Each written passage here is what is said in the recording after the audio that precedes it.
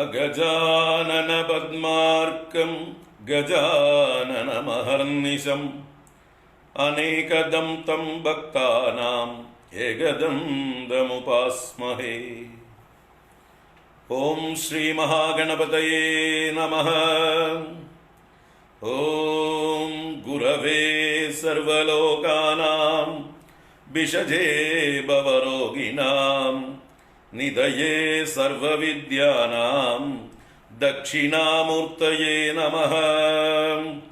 അസ്മദ്ഗുരുചരണാരവിന്ദാഭ്യാം നമഃ. ജ്ഞാനാനന്ദമയം ദേവം നിർമ്മലസ്ഫടികാകൃതിം ആധാരം സർവവിദ്യാനാം ഹയഗ്രീവമുപാസ്മഹേ. ഓം ശ്രീ ഹയഗ്രീവമൂർത്തയേ നമഃ. സരസ്വതി നമസ്തുഭ്യം വരദേ കാമരൂപിണി വിദ്യാരംഭം കരിഷ്യാമി സിദ്ധിർഭവതു മേ സദാ. ഓം ശ്രീ മഹാസരസ്വത്यै നമഃ. ഉമാകോമളഹസ്താബ്ജസംഭാവിതലലാടകം ഹിരണ്യകുണ്ടലം വന്ദേ കുമാരം പുഷ്കരസ്രജം. ഓം വെற்றிவேல் മുരുകനുക്ക് ഹരോഹരാ. ഭൂതനാഥ സദാനന്ദ സർവഭൂതദയാപരാ രക്ഷ രക്ഷ മഹാബാഹോ ശാസ്ത്രേ തുഭ്യം നമോ നമഃ. സ്വാമിയേ ശരണമയ്യപ്പ. കോമളം കുജയൻ വേണും ശ്യാമളോയം കുമാരകഃ വേദവേദ്യം പരം ബ്രഹ്മ ഭാസതാം പുരതോ മമ. സായങ്കാലേ വനാന്തേ കുസുമിത സമയേ സൈകതേ ചന്ദ്രികായാം ത്രൈലോക്യാകർഷണാംഗം സുരവരഗണികാ മോഹനാഭംഗമൂർത്തിം സേവ്യം ശൃംഗാരഭാവൈഃ നവരസഭരിതൈഃ ഗോപകന്യാസഹസ്രൈഃ വന്ദേഹം രാസകേളീരതമതിസുഭഗം വശ്യഗോപാലകൃഷ്ണം. ആനീലശ്ലക്ഷ്ണകേശം ജ്വലിതമകരസൽകുണ്ടലം മന്ദഹാസസ്യന്ദാർദ്രം കൗസ്തുഭശ്രീപരിഗതവനമാലോരുഹാരാഭിരാമം ശ്രീവത്സാംഗം സുബാഹും മൃദുലസദുദരം കാഞ്ചനഛായചേലം ചാരുസ്നിഗ്ധോരുമംബോരുഹലളിതപദം ഭാവയേഹം ഭവന്തം. ശ്രീകൃഷ്ണ ഗോവിന്ദ ഹരേ മുരാരേ ശ്രീനാഥ നാരായണ വാസുദേവ.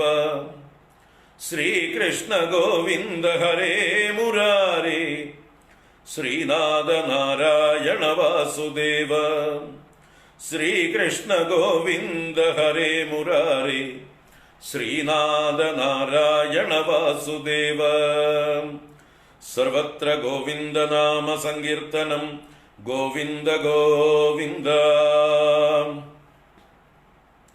മോക്ഷാബ്ദിസാരമയ ഭാഗവതാഖ്യദദ്നോ നാരായണീയ നവനീതമഹോ ഗൃഹീത്വാ മായാമയൗഗ പരിതപ്ത ജനായ യോദാത് നാരായണാവനിസുരായ നമോസ്തു തസ്മൈ. ഗംഗാ ഗീതാ ച ഗായത്ര്യപി ച തുളസികാ ഗോപികാ ചന്ദനം തത് സാളഗ്രാമാഭി പൂജാ പരപുരുഷ തദൈകാദശീ നമവർണാഃ. ഏതാന്യഷ്ടാപ്യയത്നാന്യൈ കലിസമയേ ത്വൽപ്രസാദ പ്രവൃദ്ധ്യാ ക്ഷിപ്രം മുക്തിപ്രദാനീത്യഭിദദുർഷയഃ തേഷു മാം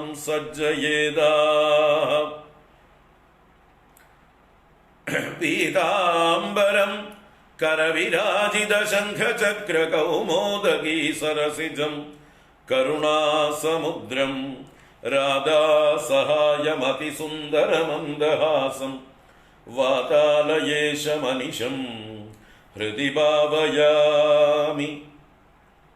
വാതാലയേശമനിശം ഹൃദി ഭാവയാമി. വ്യാസായ വിഷ്ണുരൂപായ വ്യാസരൂപായ വിഷ്ണവേ നമോ വൈ ബ്രഹ്മനിധയേ വാസിഷ്ഠായ നമോ നമഃ. യം പ്രവ്രജന്തമനുപേദമപേദകൃത്യം ദ്വൈപായനോ വിരഹകാതര ആജുഹാവ പുത്രേതി തന്മയതയാ തരവോഭിനേദുഃ തം സർവഭൂതഹൃദയം മുനിമാനതോസ്മി. നാരായണം നമസ്കൃത്യ നരം ചൈവ നരോത്തമം ദേവീം സരസ്വതീം വ്യാസം തതോ ജയമുദീരയേത്. ഓം ശ്രീ ഗുരുവായൂരപ്പ ശരണം. ഓം നമോ ഭഗവതേ വാസുദേവായ. ഓം ശ്രീകൃഷ്ണ പരമാത്മനേ നമഃ. ഓം നമോ നാരായണായ.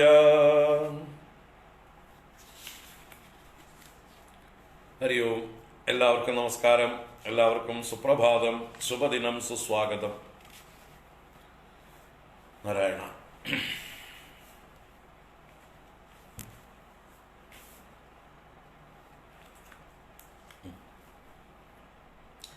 ഹരി ഓം. എല്ലാവർക്കും ദ്വാദശി ദിന ആശംസകൾ. ഗുരുവായൂരപ്പൻ്റെ പരിപൂർണ അനുഗ്രഹം എല്ലാവർക്കും ഉണ്ടാവട്ടെ. നാരായണീയ പഠന പരമ്പര 66-ാമത്തെ ക്ലാസ്സാണെന്ന്. 23-ാമത്തെ ദശകം തുടരുകയാണ്. 2 ക്ലാസ് കഴിഞ്ഞു 23-ാം ദശകത്തിൽ. ഇന്ന് 3-ാമത്തെ ക്ലാസ്സാണ്. ഇന്ന് ഈ ദശകം തീർക്കാമെന്ന് വിചാരിക്കുന്നു. ഭഗവാൻ അനുഗ്രഹിക്കട്ടെ. ആദ്യം ഒന്ന് പാരായണം ചെയ്യാം.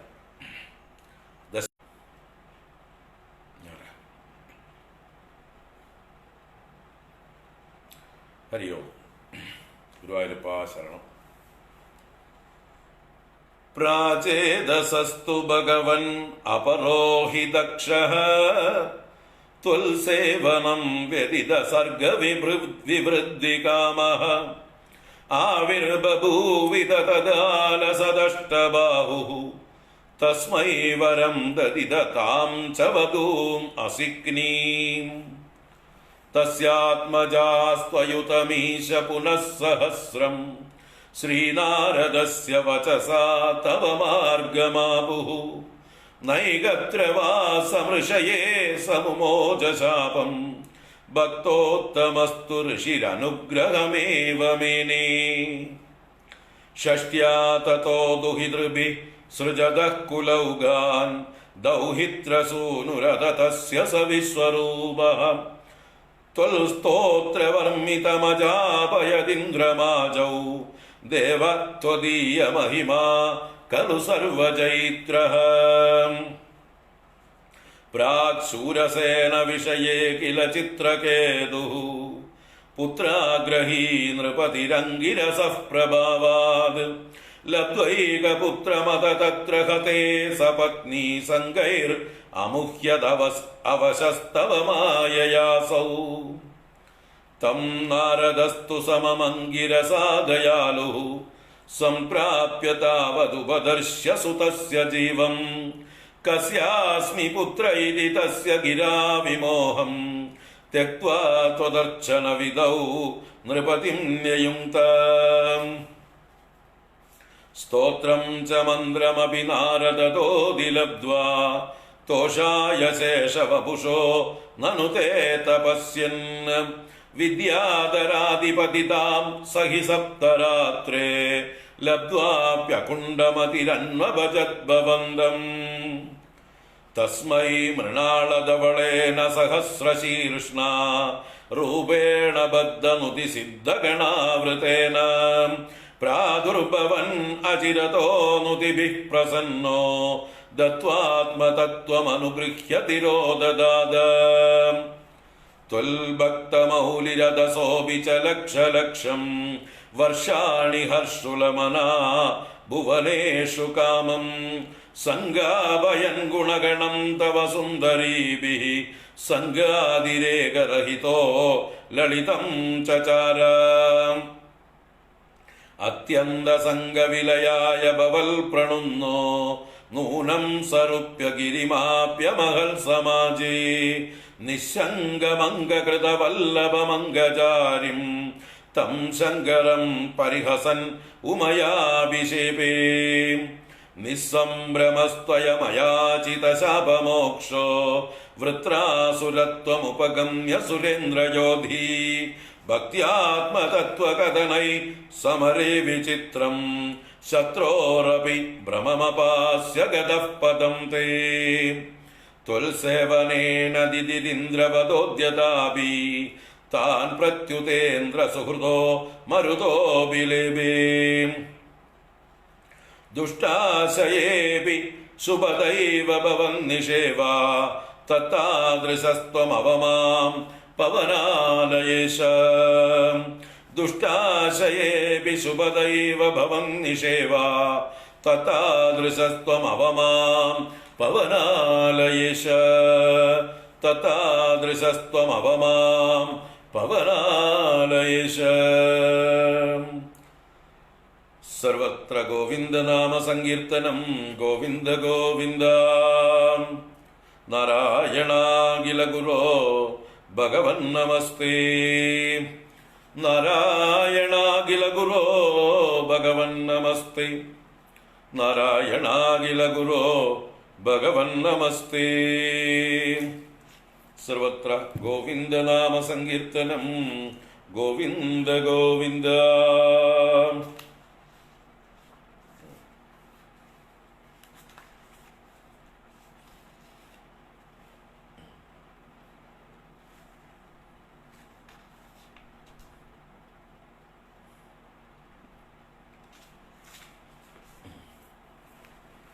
നാരായണ.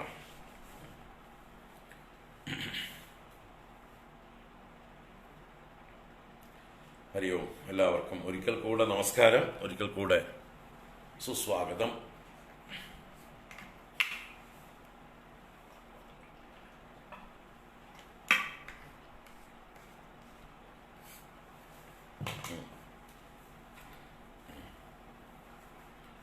നാരായണ നാരായണ. ഇപ്പൊ നമ്മൾ ദക്ഷന്റെ ചരിതം പറഞ്ഞ് ദക്ഷന്റെ 60 പുത്രിമാരിലൂടെ എങ്ങനെയാണ് ദക്ഷൻ ലോകത്തിൽ സൃഷ്ടിയെ അഭിവൃദ്ധിപ്പെടുത്തിയത് എന്ന് പറഞ്ഞപ്പോൾ സന്ദർഭവശാൽ ദക്ഷന്റെ ഒരു പുത്രിയായ ധനുവിന്റെ മകളും മറ്റൊരു പുത്രിയായ അതിഥിയുടെ മകനും അഥവാ ത്വഷ്ടാവ് എന്ന് പറയുന്ന ഒരു ദേവനും അസുര സ്ത്രീയുമായി വിവാഹിതരായി. അവരിലുണ്ടായ പുത്രനാണ് വിശ്വരൂപൻ എന്ന ഒരു ആചാര്യൻ. അദ്ദേഹത്തെ ഇന്ദ്രൻ തൻ്റെ ഗുരുവായി വരിച്ചു. ആ വിശ്വരൂപനാൽ നാരായണ കവചം ഉപദേശിക്കപ്പെട്ട ഇന്ദ്രൻ നാരായണ കവചം ജപിച്ചുകൊണ്ട് അസുരന്മാരോട് യുദ്ധത്തിൽ വിജയം നേടി. അതിനുശേഷം പിന്നീട് അതേ വിശ്വരൂപൻ തന്നെ ദേവന്മാർക്ക് വേണ്ടി യാഗം ചെയ്യുമ്പോൾ ഇദ്ദേഹം, ഈ വിശ്വരൂപൻ എന്ന ഗുരു, അസുരന്മാർക്കും നന്മയുണ്ടാവാൻ സങ്കല്പിക്കുന്നത് മനസ്സിലാക്കിയ ഇന്ദ്രൻ വിശ്വരൂപനെ വധിച്ചു കളയുകയും ആ വിശ്വരൂപൻ അല്ലെങ്കിൽ വിശ്വരൂപന്റെ അച്ഛനായ ത്വഷ്ടാവ് ഇന്ദ്രനോട് പ്രതികാരം ചെയ്യാൻ ഒരു ആഭിചാര ഹോമം ചെയ്യുകയും ആ ഹോമത്തിൽ നിന്ന് വൃത്രാസുരൻ ആവിർഭവിക്കുകയും ചെയ്തു. ആ വൃത്രാസുരനും ഇന്ദ്രനുമായിട്ടുള്ള യുദ്ധത്തിൽ ആദ്യം ഇന്ദ്രൻ പരാജയപ്പെട്ടു. പിന്നീട് വിഷ്ണു ഭഗവാന്റെ നിർദ്ദേശപ്രകാരം ദദീജി മഹർഷിയുടെ അസ്ഥി കൊണ്ട് വജ്രായുധം നിർമ്മിച്ച് വൃത്രാസുരനോട് വീണ്ടും യുദ്ധത്തിനായി വരികയും ആ യുദ്ധത്തിൽ വൃത്രാസുരൻ അത്യത്ഭുതകരമായ ഒരു ഭക്തിഭാവത്തെ പ്രകടിപ്പിക്കുകയും ചെയ്തുകൊണ്ട് ഇന്ദ്രനെ പരാജയപ്പെടുത്തിയിട്ടും ഇന്ദ്രന്റെ കയ്യിൽ നിന്ന് വജ്രായുധം തട്ടിക്കളഞ്ഞിട്ടും ഇന്ദ്രനോട് ആവശ്യപ്പെടുന്നു, ആ വജ്രായുധമെടുത്ത് എന്നെ കൊന്നുകളയൂ. ആ വജ്രായുധം ഈശ്വരാനുഗ്രഹം കിട്ടിയിട്ടുള്ളതാണ്. അത് മഹാത്മാവായ ദദീചി മഹർഷിയുടെ അസ്ഥിയാണ്. അത് പാഴായി പോകരുത് അദ്ദേഹത്തിന്റെ തപസ്. അതുകൊണ്ട് എന്നെ കൊന്നുകളയൂ എന്ന് പറഞ്ഞുകൊണ്ട് സ്വയം കൊല്ലാൻ അനുവദിച്ചു കൊടുക്കുകയും അതിന് നിർബന്ധിക്കുകയും ചെയ്തുകൊണ്ട് സ്വയം ഇന്ദ്രന്റെ കൈകൊണ്ട് മരണം വരിച്ച, ഭഗവാനെ സ്തുതിച്ചുകൊണ്ടേ യുദ്ധം ചെയ്ത അതിമഹാനായിട്ടുള്ള ആ വൃത്രാസുരനെ കുറിച്ച് നമ്മുടെ ഭാഗവതത്തിൽ പരീക്ഷിത് രാജാവ് ശുഖബ്രഹ്മർഷിയോട് ചോദിച്ചപ്പോൾ ശുഖബ്രഹ്മർഷി പറഞ്ഞ കഥയാണ് വൃത്രാസുരന്റെ പൂർവചരിതം ചിത്രകേതു ഉപാഖ്യാനം. മേൽപ്പത്തൂര് ആ ചിത്രകേതു ചരിതത്തെ ആദ്യം തന്നെ പറഞ്ഞുകൊണ്ടാണ് അദ്ദേഹം പിന്നീട് പാർവതി ശാപം കൊണ്ട് വൃത്രാസുരനായി ജനിച്ചു എന്ന് ഒരു ശ്ലോകം കൊണ്ട് വൃത്രാസുരന്റെ ചരിതം പറഞ്ഞ് മേൽപ്പത്തൂർ ഉപസംഹരിക്കുന്നത്. അപ്പൊ മേൽപ്പത്തൂർ ആദ്യം ചിത്രകേതു ചരിതം പറയുന്നു, പിന്നീട് വൃത്രാസുരനെ പറയുന്നു. അപ്പൊ ചിത്രകേതു ചരിതം അദ്ദേഹം അവതരിപ്പിച്ചത് പണ്ട് ശൂരസേനം എന്ന ദേശത്ത് ചിത്രകേതു എന്നു പേരുള്ള ഒരു രാജാവ് ഉണ്ടായിരുന്നു. അദ്ദേഹത്തിന് സന്തതികൾ ഉണ്ടായിരുന്നില്ല. അദ്ദേഹം സന്തതികളെ ആഗ്രഹിച്ച് അങ്കിരസ് മഹർഷിയെ ശരണം പ്രാപിച്ചു.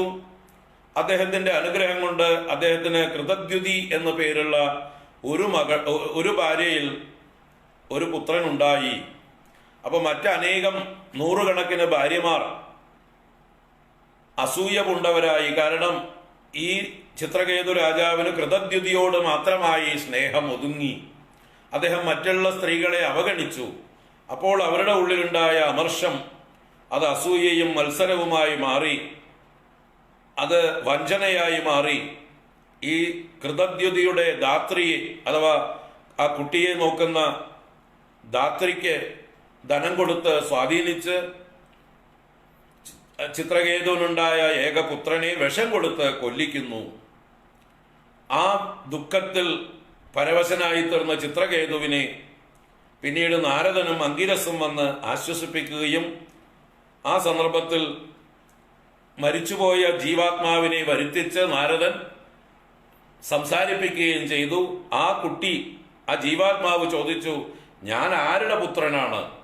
എനിക്ക് അങ്ങനെ അച്ഛനമ്മമാരൊന്നുമില്ല. ഞാൻ ഒരുപാട് അച്ഛനമ്മമാരെ സ്വീകരിച്ചിട്ടുണ്ട്. എനിക്ക് സ്ഥിരമായിട്ടൊരു അച്ഛനമ്മമാരൊന്നുമില്ല എന്നുള്ള തത്വം പ്രകാശിപ്പിച്ചപ്പോൾ വിവേകമുണ്ടായ ചിത്രകേതുവിന് ഭഗവാനെ ഉപാസിക്കുവാൻ, സംഘർഷണമൂർത്തിയായി ഉപാസിക്കുവാനുള്ളതായിട്ടുള്ള മന്ത്രം ഉപദേശിച്ചു കൊടുത്തു നാരദ മഹർഷിയും അങ്കിരസ് മഹർഷിയും കൂടെ. അങ്ങനെ സംഘർഷണമൂർത്തിയെ ഉപാസിച്ച ചിത്രകേതുവിന് 7 ദിവസം കൊണ്ട് അനുഗ്രഹം കിട്ടി. വിദ്യാധരന്മാരുടെ അധിപതിയായി തീർന്നു. പിന്നീടും അദ്ദേഹം ഭഗവാനെ നിഷ്കാമനായി ഭജിച്ചുകൊണ്ട് വിദ്യാധരപതിയായി അനേക അപ്സര സ്ത്രീകളോടുകൂടെ, ഗന്ധർവ സ്ത്രീകളോടുകൂടെ അല്ലെങ്കിൽ വിദ്യാധര സ്ത്രീകളോടുകൂടെ വിമാനത്തിൽ ചുറ്റി സഞ്ചരിച്ചു കൊണ്ടിരുന്നു. ഭഗവാൻ സംഘർഷണമൂർത്തി അദ്ദേഹത്തിന് പ്രസാദിച്ച് പ്രത്യക്ഷനാവുകയും തത്വോപദേശം നൽകുകയും ചെയ്യുന്നു എന്നുള്ള കാര്യമാണ് 7ാമത്തെ ശ്ലോകത്തിൽ പറയുന്നത്. നമ്മളത് വായിച്ചിട്ടില്ല. 6 ശ്ലോകങ്ങളാണ് ഇന്നലെ വായിച്ചു നിർത്തിയത്. അപ്പൊ 7 മുതൽക്കുള്ളതായിട്ടുള്ള ശ്ലോകങ്ങൾ കാണാം. തസ്മൈ മൃണാളധവളേന സഹസ്രശീർഷ്ണ രൂപേണ ബദ്ധനുതി സിദ്ധഗണാവൃതേന പ്രാദുർഭവൻ അചിരതോ നുതിഭിപ്രസന്നോ ദത്വാത്മതത്വമനുഗൃഹ്യ തിരോദദാത. തസ്മൈ മൃണാളധവളേന സഹസ്രശീർഷ്ണ രൂപേണ ബദ്ധനുതി സിദ്ധഗണാവൃതേന പ്രാദുർഭവൻ അചിരതോ നുതിഭിപ്രസന്നോ ദത്വാത്മതത്വമനുഗൃഹ്യ തിരോദദാത.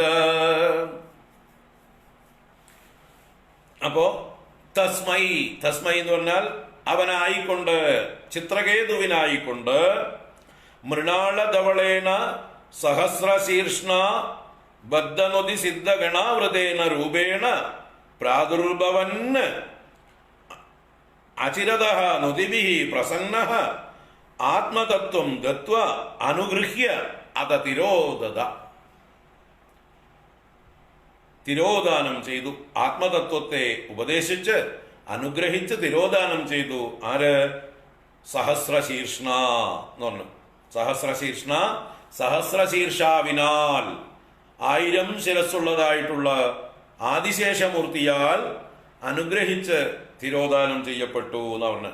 അപ്പൊ ഇദ്ദേഹത്തിന്റെ ആ എന്താ പറയാ തീവ്രമായിട്ടുള്ള ഭക്തി, സംഘർഷണമൂർത്തിയോടുള്ള അദ്ദേഹത്തിന്റെ ഭക്തി കൊണ്ട് ഇദ്ദേഹത്തിന്റെ മുമ്പിൽ ഭഗവാൻ സംഘർഷണമൂർത്തി ആദിശേഷനായി പ്രത്യക്ഷനായി എന്ന് പറയുന്നതാണ്. തസ്മൈ അവനായിക്കൊണ്ട് മൃണാളധവളേന, മൃണാളധവളം എന്ന് പറഞ്ഞാൽ, മൃണാളം എന്ന് പറഞ്ഞാല് താമര വളയം, താമരത്തണ്ട്, താമരയുടെ വേര്. അത് ധവളവർണ്ണമാണ്, നല്ല വെളുപ്പാണ്, വെള്ളത്തിൽ കിടന്ന് വെളുത്ത നിറമാണ്, നല്ല എന്താ പറയുക വെളുത്ത പാമ്പിന്റെ ശരീരം പോലെ ഇരിക്കും. അപ്പൊ ഇദ്ദേഹവും പാമ്പാണല്ലോ, ആദിശേഷനാണല്ലോ. നല്ല വെളുത്ത വഴുന്നുള്ളതായിട്ടുള്ള താമര തണ്ടുപോലെയുള്ള ശരീരമാണ് ആദിശേഷന്റെ ശരീരം. അതാണ് മൃണാളധവളേന സഹസ്രശീർഷ്ണ, 1000 ശിരസ്സുള്ള രൂപത്തിൽ, ആദിശേഷ രൂപത്തിൽ എന്നർത്ഥം. 1000 ശിരസ്സോടുകൂടിയും ബദ്ധനുതി സിദ്ധ ഗണാവൃതേന രൂപേണ, തന്റെ ചുറ്റും നിന്നുകൊണ്ട് ബദ്ധരായിട്ടുള്ള നുതിയോടുകൂടി, നുതിബദ്ധരായ സിദ്ധഗണാവൃതേന രൂപേണ, സിദ്ധഗണങ്ങളാൽ സേവിതമായ രൂപത്തോടുകൂടെ ആര് വന്നു? ആദിശേഷം ഭഗവാൻ വന്നു. എന്നിട്ട് അചിരതഃ പ്രാദുർഭവൻ എന്ന്, അധികം താമസിയാതെ അദ്ദേഹത്തിന്റെ മുമ്പിൽ പ്രാദുർഭവിച്ചിട്ട് പ്രത്യക്ഷമായിട്ട് നുതിഭിഹി പ്രസന്നഃ, നുതിഭിഹി പ്രസന്നഃ, ചിത്രകേതുവിന്റെ സ്തുതികളെ കൊണ്ട് പ്രസന്നനായിട്ട് ആത്മതത്വം ദത്വ, ആത്മതത്വോപദേശം ചെയ്ത് അനുഗൃഹ്യ തിരോദത, അനുഗ്രഹിച്ച് തിരോധാനം ചെയ്തില്ലേ ഗുരുവായൂരപ്പ? അങ്ങ് തിരോദദാത, ത്വം തിരോദദാത എന്ന് തന്നെയാണ്. അങ്ങ് തിരോധാനം ചെയ്തു. അപ്പോ അദ്ദേഹത്തിന്റെ മുമ്പിൽ, ചിത്രകേതുവിന്റെ മുമ്പിൽ ആദിശേഷമൂർത്തി പ്രത്യക്ഷമായി. ആദിശേഷമൂർത്തിയായ ഭഗവാനെ ചിത്രകേതു സ്തുതിക്കുന്നതായിട്ടുള്ള അതിമനോഹരമായിട്ടുള്ള ഒരു സ്തുതിയുണ്ട് ഷഷ്ഠസ്കന്ധത്തിൽ 16-ാം അധ്യായത്തിൽ 34-ാം ശ്ലോകം മുതൽ 48-ാം ശ്ലോകം വരെയുള്ള 15 ശ്ലോകം. നല്ല മനോഹരമായിട്ടുള്ള വൃത്തത്തിലുള്ളതായിട്ടുള്ള സ്തുതിയാണ്. ആ സ്തുതി കൊണ്ട് സ്തുതിച്ചു. അപ്പൊ സന്തോഷിച്ചതായിട്ടുള്ള ആദിശേഷമൂർത്തി ഇദ്ദേഹത്തിന് ആത്മതത്വോപദേശം ചെയ്തു. ആത്മതത്വോപദേശം ചെയ്ത് പിന്നീട് അനുഗ്രഹിച്ച് അദ്ദേഹം അന്തർദാനം ചെയ്തു എന്നുള്ള ആ ഭാഗമാണ് ഇവിടെ 7-ാമത്തെ ശ്ലോകത്തിൽ മേൽപ്പത്തൂര് സംഗ്രഹിച്ചത്. അപ്പൊ ഭഗവാൻ ആദിശേഷമൂർത്തി പ്രത്യക്ഷമായതിനെ കുറിച്ച്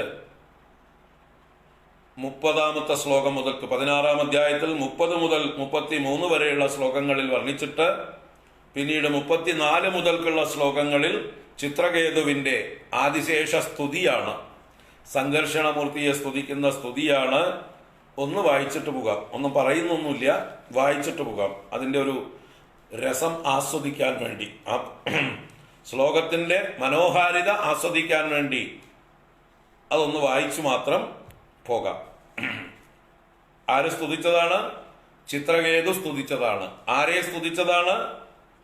ആദിശേഷമൂർത്തിയെ സ്തുതിച്ചതാണ്. ഏത് അധ്യായത്തിലാണ്? ഷഷ്ഠസ്കന്ധത്തിൽ 16-ാം അധ്യായത്തിൽ. ഏത് ശ്ലോകങ്ങളാണ്? 34 മുതൽ 48 വരെ 15 ശ്ലോകങ്ങൾ. ഓർമ്മ വയ്ക്കാൻ വേണ്ടി പറയുക, പഠിക്കാം. നല്ല സ്തുതിയാണ്. ആ സ്തുതി വായിക്കാം. ഓം നമോ ഭഗവതേ വാസുദേവായ. ചിത്രകേതുർവാച അജിതജിത സമമതിഭിഃ സാധുഭിർഭവാഞ്ചിതാത്മഭിർഭവതാ വിജിതാസ്തേപി ച ഭജതാം അകാമാത്മനാം യ ആത്മദോതി കരുണഃ.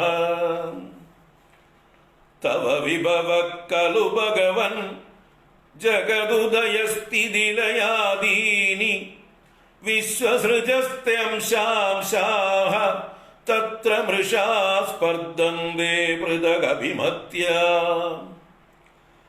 പരമാനുപരമമഹദോ ത്വമാദ്യന്താന്തരവർത്തി ത്രയവിദുരഃ.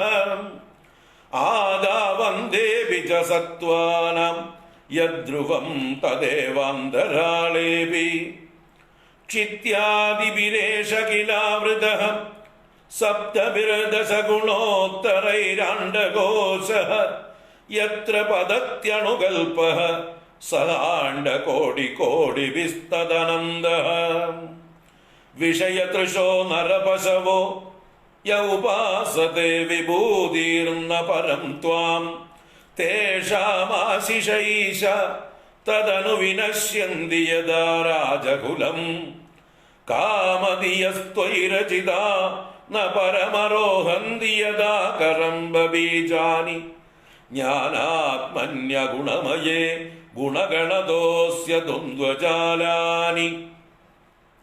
ജിതമജിത തദാ ഭവതാ യദാഹ ഭാഗവതം ധർമ്മമനവദ്യം. നിഷ്കിഞ്ചനായേ മുനയഃ ആത്മാരാമായമുപാസതേവ വർഗായ. വിഷമമതിർന യത്ര നൃണാം ത്വമഹമിതി മമ തവേദി ച യദന്യത്ര. വിഷമതിയാ രചിതോ യഃ സഹ്യവിശുദ്ധ ക്ഷയിഷ്ണുരധർമ്മബഹുളഃ. കക്ഷേമോ നിജപരയോഃ കിയാനർത്ഥസ്വപരദ്രുഹാ ധർമ്മേണ സ്വദ്രോഹാത്തവ കോപഃ പരസംപീഡയാ ച തഥാ ധർമ്മഃ. ന വ്യഭിചരതി തവേക്ഷാ യയാ ഹ്യഭിഹിതോ ഭാഗവതോ ധർമ്മഃ. സ്ഥിരചരസത്വകദംബേഷു അപൃഥഗ്ധിയോ യമുപാസതേ ത്വാര്യാഃ. ന ഹി ഭഗവന്നഘടിതമിദം ത്വദ്ദർശനാ നൃണാം അഖില പാപക്ഷയഃ. യന്നാമ സകൃത്ശ്രവണാത് പുൽക്കസകോ വിവിമുച്യതേ സംസാരാത്. അത ഭഗവൻ വയമധുനാ ത്വദവലോക പരിമൃഷ്ടാശയമലാഃ. സുരർഷിനായ ദുദിതം താവകേന കഥമന്യദാ ഭവതി. വിദിതമനന്ത സമസ്തം തവ ജഗദാത്മനോ ജനൈരിഹാചരിതം. വിജ്ഞാപ്യം പരമഗുരോഃ കിയദിവ സവിതുരിവ ഗദ്യോദൈഃ. നമസ്തുഭ്യം ഭഗവതേ സകലജഗൽസ്ഥിതിലയോദയേശായ. ദുരവസിതാത്മഗതയേ കുയോഗിനാം പിതാ പരമഹംസായ.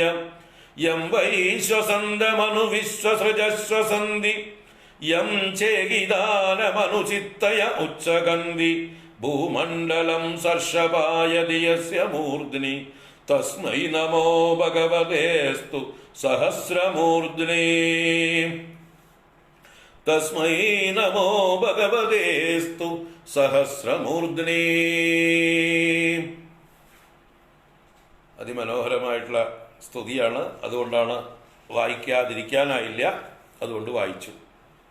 ഭാഗവതം പഠിക്കുമ്പോൾ കൂടുതലായിട്ട് വിസ്തരിച്ച് പഠിക്കാം. നാരായണ. അപ്പൊ അങ്ങനെ നുതിബി പ്രസന്നോ ദത്വാ ആത്മതത്വം അനുഗൃഹ്യ തിരോദദാത.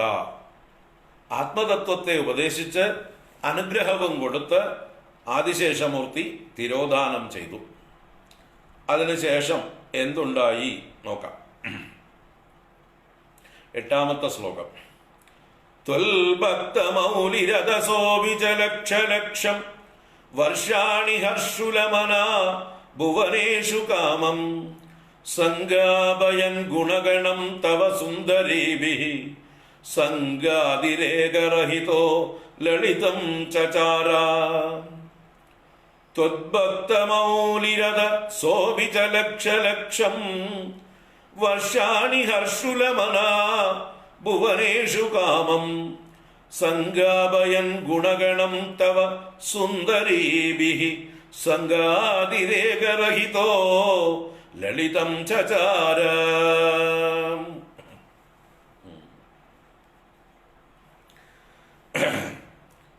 ത്വദ്ഭക്തമൗലിഃ അധ സോപി ച ലക്ഷലക്ഷം വർഷാണി ഹർഷുലമനാഃ ഭുവനേഷു കാമം സംഗാപയൻ ഗുണഗണം തവ സുന്ദരീഭിഃ സംഗാതിരേകരഹിതോ ലളിതം ചചാര.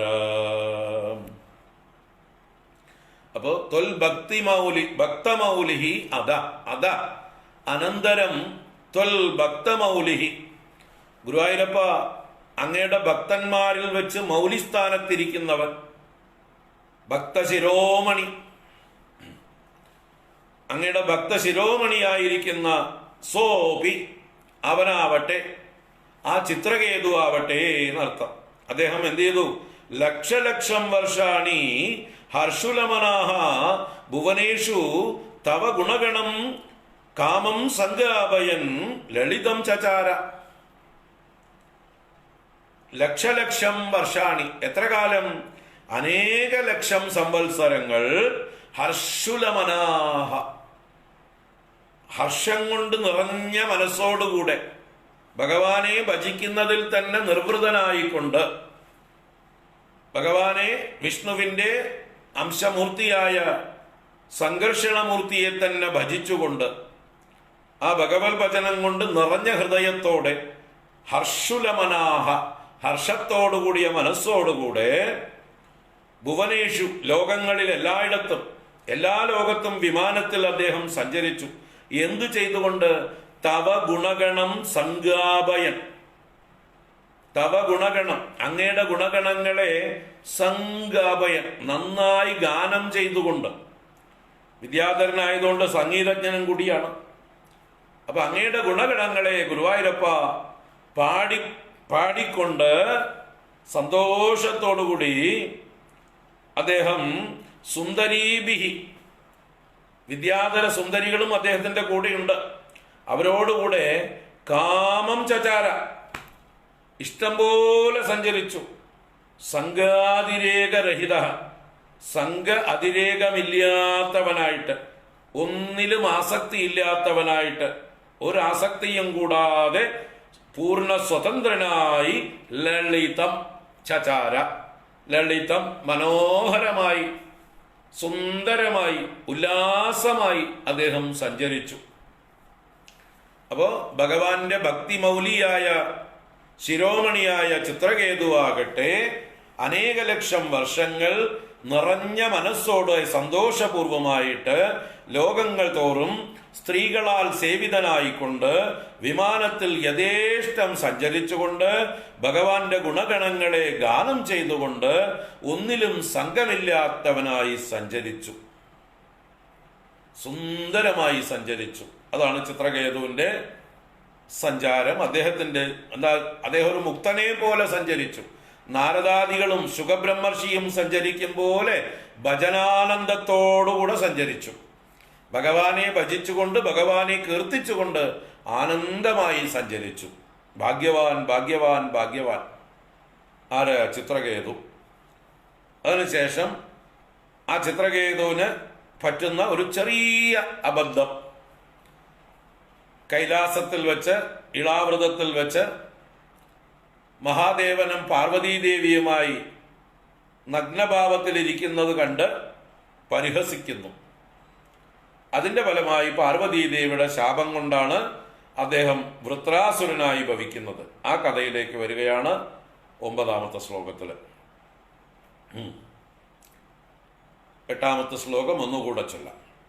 ത്വൽഭക്തമൗലിരദസോപി ച ലക്ഷലക്ഷം വർഷാണി ഹർഷുലമനാ ഭുവനേഷു കാമം സംഗാപയൻ ഗുണഗണം തവ സുന്ദരീഭിഃ സംഗാതിരേകരഹിതോ ലളിതം ചചാര. 9ാമത്തെ ശ്ലോകം. അത്യന്ത സംഘവിലയായ ബവൽ പ്രണുന്നോ നൂനം സ്വരൂപ്യ ഗിരിമാപ്യമഹൽ സമാജേ നിശങ്കമംഗകൃതവല്ലഭമംഗജാരിം തം ശങ്കരം പരിഹസൻ ഉമയാഭിഷേപേ. അത്യന്ത സംഘവിലയായ ബവൽ പ്രണുന്നോ നൂനം സ്വരൂപ്യ ഗിരിമാപ്യമഹൽ സമാജേ നിശങ്കമംഗകൃതവല്ലഭം അംഗജാരിം തം ശങ്കരം പരിഹസൻ ഉമയാഭിഷേപേ. തം ശങ്കരം പരിഹസൻ ഉമയാഭിഷേപേ.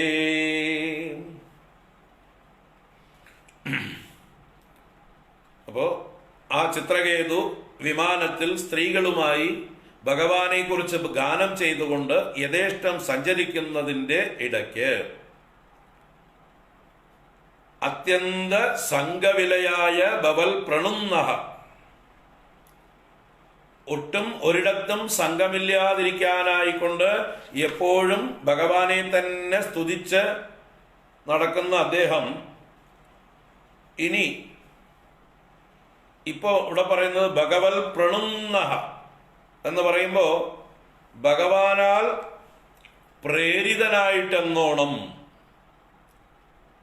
ഭഗവാനാൽ പ്രേരിപ്പിക്കപ്പെട്ടിട്ട് എന്ന് വെച്ചാലോ എന്തിനു വേണ്ടിയിട്ടാണെങ്കിൽ അദ്ദേഹത്തിന്റെ എന്തെങ്കിലും അഭിമാനമോ വേറെ എന്തെങ്കിലും ചെറിയ സംഘങ്ങളോ ഉണ്ടെങ്കിൽ അതുപോലും പൂർണ്ണമായി പോകാനെന്നാണ് മേൽപ്പത്തൂർ പറയുന്നത്.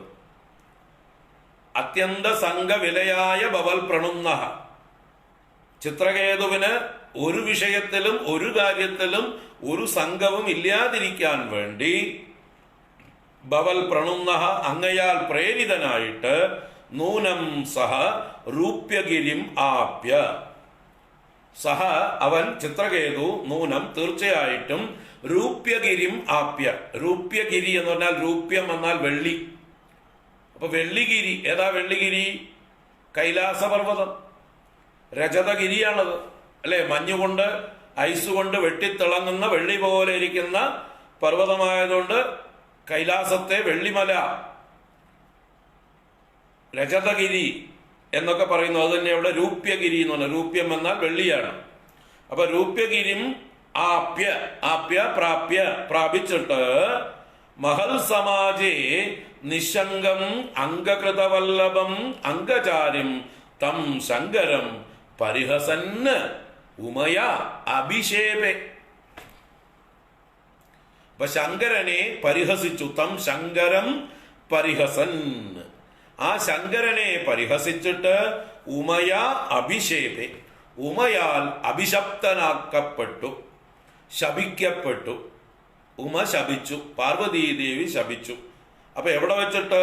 ആ രൂപ്യഗിരിയില് മഹൽ സമാജേ, മഹാത്മാക്കളുടെ സമാജത്തിൽ നിശങ്കം അംഗകൃതവല്ലഭം, തന്റെ വല്ലഭയെ അംഗകൃതം, അംഗകൃതം മടിയിൽ വച്ചിരിക്കുന്നു, നിശങ്കം ഒരു ശങ്കയുമില്ലാതെ. എവിടെ? മഹൽ സമാജത്തിൽ.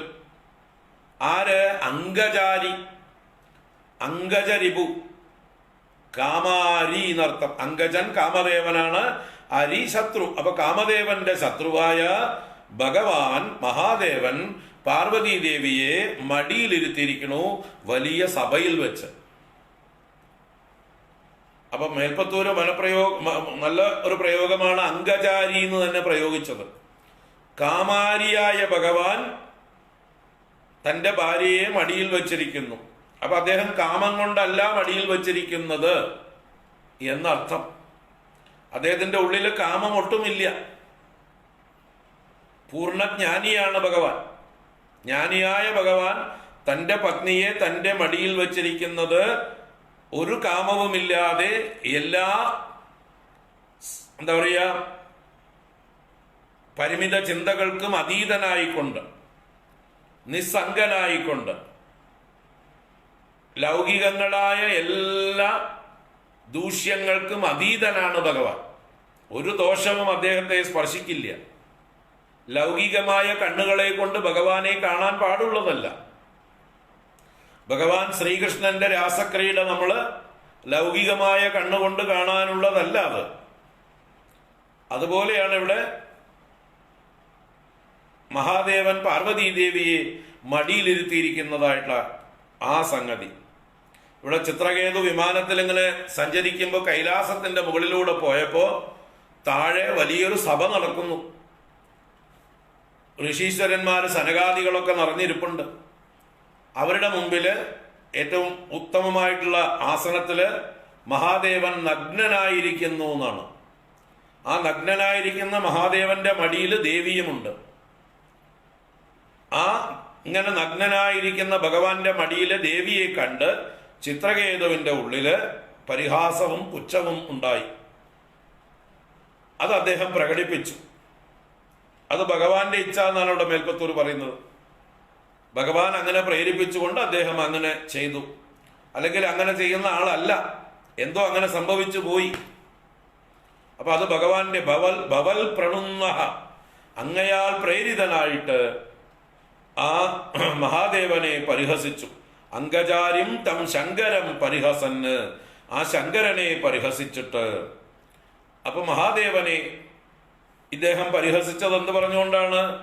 ഇദ്ദേഹം എന്താ ഈ കാണിക്കുന്നത്? ധർമ്മത്തെ ഉപദേശിക്കുന്ന ആള് പ്രവർത്തിക്കുന്നത് അധർമ്മം എന്ന് പറഞ്ഞു. എന്ന് പറഞ്ഞാൽ ഇത്രയും വലിയൊരു സഭയിൽ ഇങ്ങനെ നഗ്നനായിട്ട് ഭാര്യയും മടിയിൽ വെച്ചിരിക്കാവോ? ഇവിടെ ആ വാക്കുകളോ വേണങ്ങളൊന്ന് വായിക്കാം. ഭാഗവതത്തില് ശ്രീമദ് ഭാഗവതം 17-ാം അധ്യായം, ഷഷ്ഠസ്കന്ധത്തിലെ 17-ാം അധ്യായത്തിലാണ് ആ ഭാഗം പറയുന്നത്. ഇദ്ദേഹം ഇങ്ങനെ സഞ്ചരിക്കുന്ന കൂട്ടത്തില് ഏകദാ സവിമാനേന വിഷ്ണുദത്തേന ഭാസ്വത ഗിരിശം ദദൃശേ ഗച്ഛൻ പരീതം സിദ്ധചാരണൈഃ ആലിംഗ്യാംഗീകൃതാം ദേവീം ബാഹുനാ മുനി സംസതി ഉവാച ദേവ്യാ ശൃണ്വത്യ ജഹാസോച്ചൈസ്തദന്തികേ. മുനി സംസതി ദേവീം ആലിംഗ്യ ബാഹുന ആലിംഗ്യ അംഗീകൃത. മുനികളുടെ സദസ്സിൽ ദേവിയെ മടിയിൽ വെച്ച്, അവിടെ നഗ്നഭാവം പറഞ്ഞിട്ടില്ല, നഗ്നൻ എന്ന് പറഞ്ഞിട്ടില്ല, ദേവിയെ മടിയിൽ വെച്ചിരിക്കുന്നു. ആലിംഗനം ചെയ്തുകൊണ്ട് അംഗീകൃത എന്ന് പറഞ്ഞാൽ അംഗത്തിൽ മടിയിൽ വെച്ചിരിക്കുന്നവളായിട്ട് ആലിംഗനം ചെയ്തിരിക്കുന്നു. അപ്പോഴാണ് ഉച്ചൈഹി ജഹാസ ദേവ്യാഹ ശൃണ്വത്യാ ഉവാച തദന്തികെ. ദേവി കേൾക്കെ തന്നെ ചിത്രകേതു പൊട്ടിച്ചിരിച്ചുകൊണ്ട് ഇങ്ങനെ പറഞ്ഞു. പാർവതീദേവി കേൾക്കെ പാർവതിയുടെ ഭർത്താവായ മഹാദേവനെ കുറിച്ച് ചിത്രകേതു ഇപ്രകാരം പറഞ്ഞു. 17-ൽ 6-ാമത്തെ ശ്ലോകം ഇതാ. ചിത്രകേതുരുവാച ഏഷ ലോകഗുരു സാക്ഷാത് ധർമ്മം വക്താ ശരീരിണാം ആസ്തേ മുഖ്യസഭായാം വൈ മിഥുനീഭൂയ ഭാര്യയാം ജഡാധരസ്തീവ്രതപ ബ്രഹ്മവാദി സഭാപതി അംഗീകൃത്യ സ്ത്രിയം ചാസ്തേ ഗദഹ്രീഹി പ്രാകൃതോ യദാ പ്രായസ പ്രാകൃതാശ്ചാപി സ്ത്രിയം രഹസി ബിഭ്രതി അയം മഹാവ്രതദലോ ബിഭർത്തി സദസി സ്ത്രിയം. പറയണു, ഏഷ ചിത്രകേതുവിന്റെ വാക്കുകളാണ്. ലോകഗുരുഹു സാക്ഷാത്, ഇയാള് ലോകത്തിന്റെ ഗുരുവല്ലേ. ധർമ്മം വക്ത ശരീരിണം, ജീവന്മാർക്ക് ധർമ്മോപദേശം ചെയ്യുന്ന ആളാണ്. എന്നിട്ടോ ആസ്തേ മുഖ്യ സഭായാം വൈ മിഥുനീഭൂയ ഭാര്യയ, ഈ സഭയിൽ ഭാര്യയോട് മിഥുനീഭാവത്തിൽ അഥവാ ആലിംഗനബദ്ധനായി സഭയിലിരിക്കുന്നു. ജഡാധര തീവ്രതപ, ജഡ ധരിച്ചിട്ടുണ്ട്, വലിയ തപസ്വിയാണ്. ബ്രഹ്മവാദി, വേദങ്ങൾ പറയുന്ന സഭാപതിയാണ്. ബ്രഹ്മവാദികളുടെ വേദജ്ഞന്മാരുടെ സഭാപതിയാണ് ഇദ്ദേഹം. എല്ലാവരിലും മുമ്പനാണ്, ആദി ഗുരുവാണ്. എന്നിട്ടും അംഗീകൃത്യ സ്ത്രീയം ചാസ്തി, സ്ത്രീയെ മടിയിൽ വച്ചിരിക്കുന്നു. എവിടെ? ഗദഹ്രീ, ലജ്ജയില്ലാതെ. പ്രാകൃതോ യഥ, ഒരു പ്രാകൃത പുരുഷനെ പോലെ. ഒരു പ്രാകൃതന്മാർ പോലും അവിടെ പറയണോ, പ്രായസഹ പ്രാകൃതാശ്ചാപി, സാധാരണയായിട്ട് പ്രാകൃതന്മാർ പോലും സ്ത്രീയം രഹസ്യ ബിഭ്രതി, സ്ത്രീകളെ സ്വകാര്യതയിലാണ് മടിയിലൊക്കെ വയ്ക്കുക. അയം മഹാവ്രതധര ബിഭർത്തി സദസി സ്ത്രീയം. ഇയാൾ ഇത്രയും വലിയ വ്രതധാരിയായിട്ട് തപസ്വിയായിട്ട് സ്ത്രീയെ സദസ്സിൽ വെച്ച് മടിയിൽ വെച്ചിരിക്കുന്നു. ഇയാൾ എന്ത് ധർമ്മോ പറയുന്നത് എന്ന മട്ടില് പരിഹസിച്ചു. എന്നാൽ ഭഗവാൻ ഇത് കേട്ടിട്ട് വല്ലതും മറുപടി പറഞ്ഞോ? ഇല്ല എന്നാ ശുഖബ്രഹ്മർഷി പറയണത്. ശ്രീശുഖ ഉവാച ഭഗവാനപി തശ്രുത്വ പ്രഹസ്യ. ഭഗവാൻ അത് കേട്ട് ചിരിച്ചു. അഗാധധീഹി, അഗാധധിയാണ് ഭഗവാൻ. ഭഗവാന് ചിത്രകേതുവിന്റെ മഹിമയെ അറിയാം, ഭഗവാന്റെ മഹിമയെ അറിയാം. അതുകൊണ്ട് തൂഷ്ണീം ബഭൂവ സദസി സഭ്യാശ്ചതനുവ്രതാഹ. ഭഗവാനെ അനുവ്രതരായിട്ടുള്ള മറ്റുള്ളവരും സദസ്സിലുള്ളവരൊക്കെ മിണ്ടാതിരുന്നു. എന്നാൽ ഇത്യതദ്വീര്യ വിദുഷി ബ്രുവാണേ ബഹു അശോഭനം ഋഷാഹ ദേവി ദൃഷ്ടായ നിർജിത ആത്മാഭിമാനിനെ. ഇവന്റെ ചിത്രകേതുവിന്റെ മഹിമയറിയാത്ത ദേവിയാകട്ടെ സദസ്സിൽ ബഹു അശോഭനമായിട്ട് പറഞ്ഞ അവന്റെ നേർക്ക് രോഷത്തോടുകൂടി ഇപ്രകാരം പറഞ്ഞു.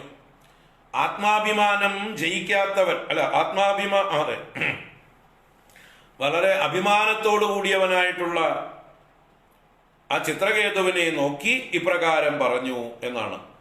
പാർവത്യുവാച എന്ന് പറയുന്നുണ്ട്. പാർവതി പറയുന്നു, അയം കിമധുനാ ലോകേ ശാസ്താ ദണ്ഡധര പ്രഭു അസ്മദ്വിധാനാം ദുഷ്ടാനാം നിർലജ്ജാനാം ച വിപ്രകൃത ന വേദധർമ്മം കില പത്മയോനി ന ബ്രഹ്മപുത്ര ഭൃഗുനാരദാദ്യാഃ ന വൈ കുമാര കപിലോ മനുശ്ച യേനോ നിഷേദന്ത്യധിവർത്തിനം ഹരം യേഷാമനുദ്യേയ പദാബ്ജയുഗ്മം ജഗദ്ഗുരും മംഗളമംഗളം സ്വയം യക്ഷത്രബന്ധുഃ പരിഭൂയ സൂരീൻ പ്രശാസ്തി ദൃഷ്ടസ്തദയം ഹി ദണ്ഡ്യഃ നായമർഹതി വൈകുണ്ഠപാദമൂലോപസർപ്പണം സംഭാവിതമതിസ്തബ്ധഃ സാധുഭിഃ പര്യുപാസിതം അധഃ പാപീയസീം യോനീമാസുരീം യാഹി ദുർമദേ യദേഹ ഭൂയോ മഹദാം ന കർത്താ പുത്ര കിൽബിഷം.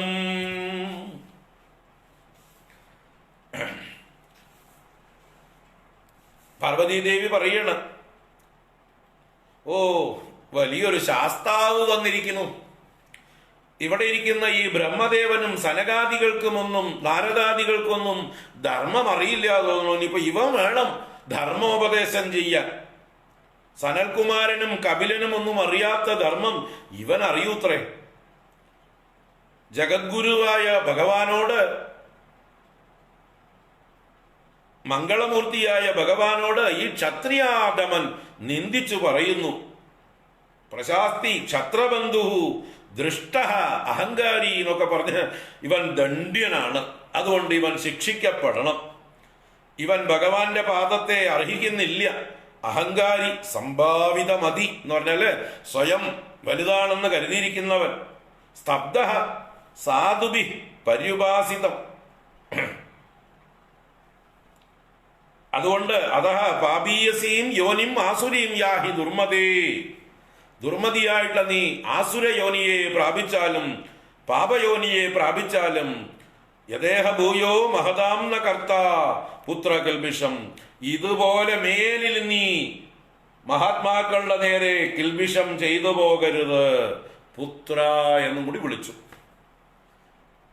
മോനെ, മേലിൽ നീ ഇതുപോലെയുള്ള അതിക്രമം ചെയ്തു പോകരുത് മഹാത്മാക്കളുടെ നേരെ എന്നും കൂടി പറഞ്ഞിട്ടാണ് നീ ആസുരി യോനിയെ പ്രാപിക്കുക എന്ന് പറഞ്ഞ് ശപിച്ചത്.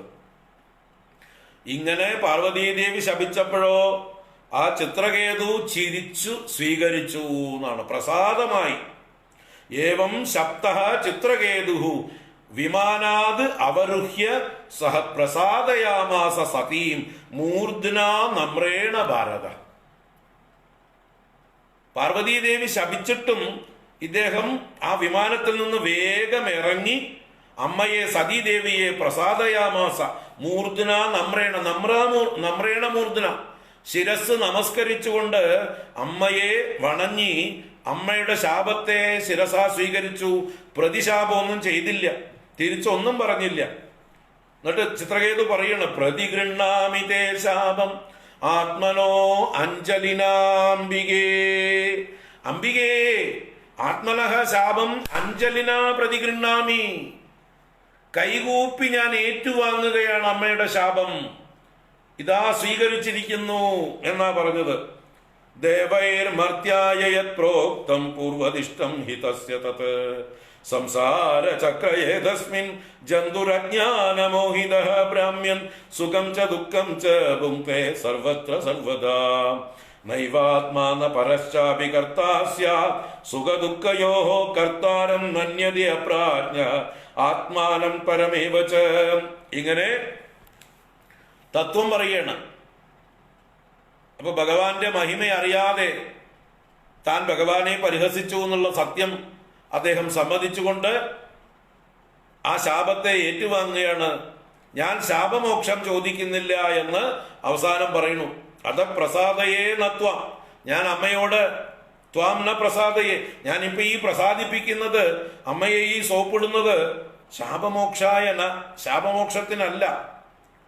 ഞാൻ തെറ്റായി പറഞ്ഞത് എന്തെങ്കിലും ഉണ്ടെങ്കിൽ ക്ഷമിക്കണേ ദേവി എന്നും പറഞ്ഞു. എൻ മന്യതേ അസാധൂക്തം മമ തൽ ക്ഷമ്യതാം സതി എന്ന് ഇദ്ദേഹം പറഞ്ഞ് ദേവിയെയും ഭഗവാനെയും നമസ്കരിച്ച് സ്വന്തം വിമാനത്തിൽ മറ്റുള്ളവരൊക്കെ ആശ്ചര്യത്തോടുകൂടി നോക്കി നിൽക്കുകയാണ്. രുദ്രനും ആശ്ചര്യത്തോടുകൂടി പാർവതിയോട് പറഞ്ഞു, നോക്കൂ, കണ്ടില്ലേ നീ മഹാത്മാക്കളുടെ ഭഗവത് ഭക്തന്മാരുടെ സ്വഭാവം കണ്ടില്ലേ? അങ്ങോട്ട് ശപിച്ചിട്ടും ഇങ്ങോട്ട് ശപിച്ചുവോ? കൊടുത്തതിനെ പ്രസാദമായിട്ട് ഏറ്റുവാങ്ങി പോയില്ലേ? അതാണ് ഭൃത്യഭൃത്യാനാം നിസ്പൃഹാണ മഹാത്മനാം മഹാത്മ്യം. ഹരിയുടെ ഭക്തന്മാരുടെ മഹാത്മ്യമാണിത് എന്ന് പറഞ്ഞുകൊടുത്ത് അപ്പോ ഉമാദേവിക്ക് പോലും പശ്ചാത്താപം തോന്നി, ഇങ്ങനെയുള്ള ഒരു മഹാനെ താൻ ശപിക്കേണ്ടിയിരുന്നില്ല എന്ന്. അങ്ങനെ ഒരു അല്പനേരത്തേക്കൊരു അഹങ്കാരം തോന്നിയതുകൊണ്ട്, ഭഗവാനെ പരിഹസിച്ചതുകൊണ്ട് പാർവതീദേവിയാൽ ശപിക്കപ്പെട്ടിട്ടുള്ള ചിത്രകേതുവാണ് പിന്നീട് വൃത്രാസുരനായി ജനിച്ചത്. അപ്പൊ വൃത്രാസുരനായി ജനിച്ചപ്പോഴും അദ്ദേഹത്തിന് ആ ഭക്തി, ഭഗവാനോടുള്ളതായിട്ടുള്ള ഭക്തി ഉള്ളിൽ നിന്ന് പോയതേ ഇല്ല, മറന്നതേ ഇല്ല. ഭഗവാനെ സ്തുതിച്ചു. ഇവിടെ ഇന്ദ്രനെ വധിക്കാൻ വേണ്ടിയിട്ടാണ് ത്വഷ്ടാവ് വൃത്രാസുരനെ ജനിപ്പിച്ചതെങ്കിലും അദ്ദേഹത്തിന് മന്ത്രം പഴച്ചു. ഈ ത്വഷ്ടാവ് ആഭിചാര ഹോമം ചെയ്തപ്പോ മന്ത്രം പഴച്ചിട്ടാണ് ഇന്ദ്രശത്രു വർദ്ധിച്ചു വരട്ടെ എന്ന് പറഞ്ഞ് ചൊല്ലിയ മന്ത്രം ഇന്ദ്രനാൽ കൊല്ലപ്പെടുന്ന ശത്രു വർദ്ധിച്ചു വരട്ടെ, ഉണ്ടായി വരട്ടെ എന്നായി. അങ്ങനെ തെറ്റായിട്ട് മന്ത്രം ഉച്ചരിച്ചത് കൊണ്ട് ഇന്ദ്രനെ വധിക്കാനുള്ളതിന് പകരം ഇന്ദ്രനാൽ വധിക്കപ്പെടുന്നവനായി ഭവിച്ചു എന്ന് ഭാഗവതം പറയുന്നുണ്ട്. അപ്പൊ അങ്ങനെയുള്ള ആ ചിത്രകേതു തന്നെയാണ് ഇവിടെ വൃത്രാസുരനായി അവതരിച്ചത്.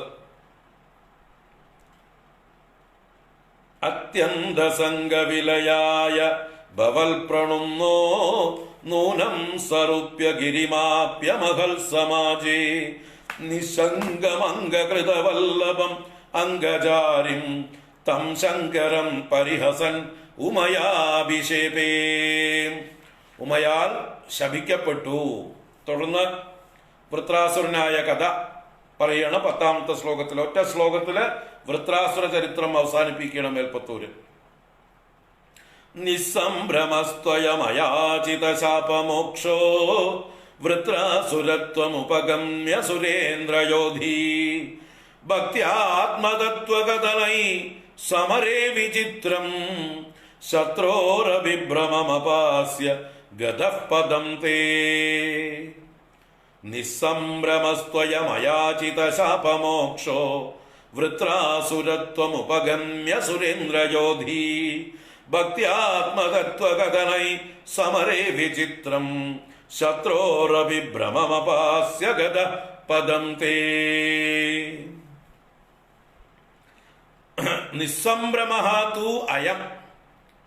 പാർവതീദേവി ശപിച്ചപ്പോൾ സംഭ്രമമില്ലാത്ത അവൻ, നിസ്സംഭ്രമനായ അവൻ, അയാചിത ശാപമോക്ഷ, ശാപമോക്ഷം യാചിച്ചതേയില്ല. പാർവതിയോട് തനിക്ക് ശാപമോക്ഷം വേണമെന്ന് അവൻ ആവശ്യപ്പെട്ടില്ല. ഞാനത് സ്വീകരിക്കുന്നു എന്നാണ് പറഞ്ഞത്. അങ്ങനെ അയാചിത ശാപമോക്ഷനും സംഭ്രമമില്ലാത്തവനുമായിട്ടുള്ള ചിത്രകേതു വൃത്രാസുരത്വം ഉപഗമ്യ ആ ത്വഷ്ടാവിന്റെ ആഭിചാര ഹോമത്തിൽ യാഗകുണ്ഡത്തിൽ നിന്ന് വൃത്രാസുരനായി ആവിർഭവിച്ചു, അയോനിജനായി ജനിച്ചു. വൃത്രാസുരത്വം ഉപഗമ്യ അമ്മയുടെ ഗർഭത്തിലൊന്നും കിടക്കേണ്ടി വന്നില്ല, കഷ്ടപ്പാടൊന്നും ഉണ്ടായില്ല. വളരെ ചുരുങ്ങിയ നേരം കൊണ്ട് ആസുര വേഷം അഴിച്ചു വെക്കാൻ സാധിച്ചു. അല്ലാതെ കുറേ കാലം ഗർഭത്തിൽ കിടന്നും പിന്നെ ബാല്യവും കൗമാരവും യൗവനവും ഒന്നും അനുഭവിക്കേണ്ടി വന്നില്ല. ജനിച്ച ഉടനെ ഇന്ദ്രനുമായിട്ടുള്ള യുദ്ധമാണ്. അധികം താമസിയാതെ ദേഹത്യാഗവും സാധിച്ചു. അപ്പോൾ പ്രാരബ്ധം അധികമില്ല, കുറച്ചേ ഉള്ളൂ.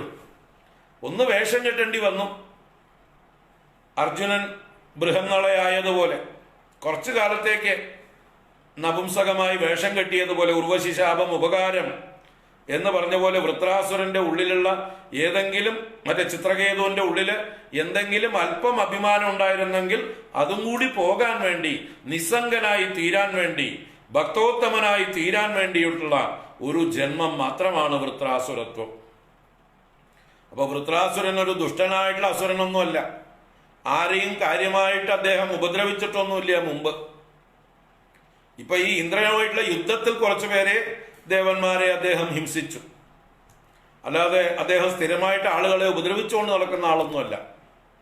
അപ്പൊ അങ്ങനെയുള്ള വൃത്രാസുരത്വം ഉപഗമ്യ പ്രാപിച്ചിട്ട് സുരേന്ദ്ര യോധി, സുരേന്ദ്രനോട് ദേവേന്ദ്രനോട് യുദ്ധം ചെയ്യുന്നവനായി, ദേവേന്ദ്രനുമായി യുദ്ധം ചെയ്ത് ഭക്ത്യാ ആത്മതത്വ കഥനൈഹി സമരേ വിചിത്രം ശത്രോരപി ഭ്രമം അപാസ്യ ഗതഃ പദം തേ.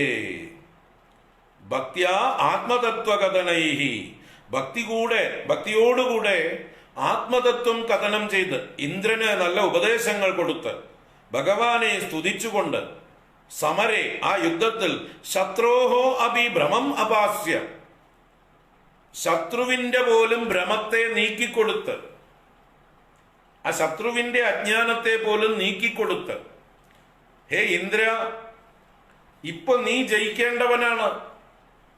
കാരണം എന്താ? ഈശ്വരൻ നീ ജയിക്കണമെന്ന് സങ്കല്പിച്ചിരിക്കുന്നു.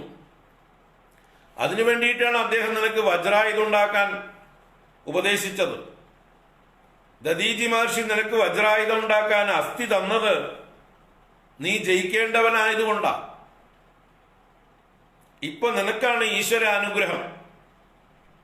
അതുകൊണ്ട് ആ വജ്രായുധത്തെ, ഈശ്വരാനുഗ്രഹം കൊണ്ട് കിട്ടിയ വജ്രായുധത്തെ നീ പാഴാക്കി കളയരുത്. അതുകൊണ്ട് എന്നെ പ്രഹരിച്ച് എന്നെ കൊന്നുകളയൂ. ഇപ്പൊ നീ ജയിക്കേണ്ടവനാണ്, ഞാൻ ആ ആയുധത്താൽ കൊല്ലപ്പെടേണ്ടവനാണ്. എന്താ അദ്ദേഹത്തിന്റെ പറച്ചിൽ നോക്കൂ. ആ വജ്രായുധത്താൽ കൊല്ലപ്പെടേണ്ടവനാണ് ഞാൻ, അതുകൊണ്ട് എന്നെ അതുകൊണ്ട് കൊന്നുകളയൂ, എന്നിട്ട് ജയിക്കൂ, സന്തോഷിക്കൂ, എന്നെ യാത്രയാക്കൂ. എന്താ വല്ല ബ്രേക്ക്ഫാസ്റ്റോ ഡിന്നറോ കഴിച്ചിട്ട് ഞാൻ പൊക്കോട്ടെ, എനിക്ക് തരാനുള്ളത് തരൂ, ഞാൻ പോട്ടെ എന്ന് പറയുന്ന പോലെയാണ് വൃത്രാസുരൻ തന്നെ കൊല്ലാൻ പറയുന്നത്. നോക്കൂ, നമ്മളൊക്കെ എവിടെയെങ്കിലും പോയാല് എന്നാ വല്ല വെള്ളവും കിട്ടിയാൽ പോവായിരുന്നു, ഒരു ചായ തരണമെങ്കിൽ കുടിച്ചിട്ട് പോവാം, അല്ലെങ്കിൽ ഭക്ഷണം കിട്ടുകയാണെങ്കിൽ കഴിച്ചിട്ട് പോവാം, അല്ലെങ്കിൽ എന്തെങ്കിലും ഇങ്ങോട്ട് തരാനുണ്ടെങ്കിൽ സമ്മാനങ്ങൾ വല്ലതും കിട്ടാനുണ്ടെങ്കിലോ കടം മേടിച്ചത് തിരിച്ചു മേടിച്ചിട്ടോ വന്ന കാര്യം കഴിഞ്ഞാൽ പോകാമെന്ന് പറയുന്നത് പോലെ കൂളായിട്ട് നിന്ന് പറയണ്, എന്നെ കൊന്നുകളയൂ, ഞാൻ പോകട്ടെ എന്ന്. ഇതുപോലെ ആർക്കെങ്കിലും പറയാൻ കഴിയൂ? ആരെങ്കിലും ഇതുപോലെ എവിടെയെങ്കിലും പറഞ്ഞ ചരിത്രമുണ്ടോ? അപ്പൊ നോക്കൂ, എത്ര നന്നായിട്ട് അദ്ദേഹം ഈശ്വര നിശ്ചയത്തെ കാണുന്നു. എല്ലാം ഈശ്വര നിശ്ചയമാണ്, അത് നടക്കട്ടെ, എനിക്കതിൽ യാതൊരു മറുപ്പുമില്ല, എതിർപ്പുമില്ല, ഞാൻ അതിനൊരു പ്രതിക്രിയയും ചെയ്യാൻ തയ്യാറില്ല. ഭഗവാനാണ് നിനക്ക് വജ്രായുധം തന്ന് അനുഗ്രഹിച്ചത്, ആ വജ്രായുധം കൊണ്ട് എന്നെ കൊന്നുകളയൂ, ഞാൻ പോട്ടെ, എന്റെ പണി കഴിഞ്ഞു എൻ്റെ വേഷം ഞാൻ അഴിച്ചു വെക്കട്ടെ എന്ന് പറയുന്ന രീതിയിൽ ഒരു നാടകത്തിന്റെ രൂപത്തിലാണ് നിൽക്കുന്നത്, ഒരു നടനെ പോലെ. ഇത്ര നിസ്സംഗത ആർക്കുണ്ടാവും? ഇദ്ദേഹം അസുരനോ? ആരാ ഇദ്ദേഹം? ദേവനോ? അത്ഭുതം അത്ഭുതം എന്നല്ലാതെ എന്ത് പറയാൻ? അപ്പൊ വൃത്രാസുരനെ കുറിച്ച് നമുക്ക് ഒരിക്കലും മോശമായ ഒന്നും പറഞ്ഞുകൂടാ. വൃത്രാസുരന്റെ ശരീരത്തെ വർണ്ണിക്കുമ്പോൾ വലിയ ഹിമാലയ പർവ്വതം പോലെ ഉള്ള ശരീരം എന്ന് പറയാം. ഇന്ദ്രന്റെ വജ്രായുധമേറ്റ് വൃത്രാസുരൻ പതിച്ച പോലെ എന്ന് പലയിടത്തും ഉപമിക്കാറുണ്ട്. പൂതന മരിച്ചു വീണപ്പോ പറയുന്നുണ്ട്, തൃണാവർത്തൻ വീണപ്പോ പറയുന്നുണ്ട്. അതുപോലെ രാമരാവണ യുദ്ധത്തിലും പലപ്പോഴും പറയുന്നത് തോന്നുന്നുണ്ട്. വൃത്രൻ ഇന്ദ്രന്റെ വജ്രായുധമേറ്റ് വീണതുപോലെ. അത്രേ പറയാവൂ, വേറൊന്നും പറയാൻ, ദോഷം പറയാനില്ല ആളെ. അത്ര മഹാനാണ് വൃത്രാസുരൻ. അസുരൻ എന്ന പേര് തന്നെയുള്ളൂ, അസുരത്വമൊന്നുമില്ല. അപ്പൊ അങ്ങനെയുള്ള അദ്ദേഹം ഭക്തിയ ആത്മതത്വകഥനൈ സമരേ ശത്രോഹോ അഭി ഭ്രമം അപാസ്യ, സമരത്തിൽ യുദ്ധത്തിൽ ശത്രുവിന് പോലും ഭ്രമത്തെ ജനിപ്പിച്ചിട്ട്, ഈ ഇന്ദ്രന് പോലും കൊല്ലാൻ മടി, എന്നെ കൊല്ലേ കൊല്ലേ കൊല്ലേ പറയുമ്പോ കൊല്ലാൻ മടി. ഇതുപോലൊരു മഹാത്മാവിനെ എങ്ങനെ കൊല്ലും? ഇന്ദ്രൻ മടിച്ചു നിൽക്കുമ്പോ ഇന്ദ്രനെ കൊണ്ട് കൊല്ലിക്കാൻ വേണ്ടി ഇന്ദ്രനെ ഉപദ്രവിക്കും, ഇന്ദ്രനെ ചെന്ന് ആക്രമിക്കുകയും പിടിക്കുകയൊക്കെ ചെയ്യും. അപ്പോഴാണ് പിന്നെ ഇന്ദ്രൻ നിവൃത്തികേട് കൊണ്ട് തന്റെ പ്രാണഭയം കൊണ്ട് വജ്രായുധം പ്രഹരിച്ച് വൃത്രാസുരനെ കൊന്നുകളയുന്നത്. ഒരു അത്ഭുതമായിട്ടുള്ളൊരു യുദ്ധമാണ്. ഇന്ദ്രനും വൃത്രാസുരനും തമ്മിലുള്ള ഒരു യുദ്ധം ഒരു അത്ഭുതകരമായിട്ടുള്ള യുദ്ധമാണ്.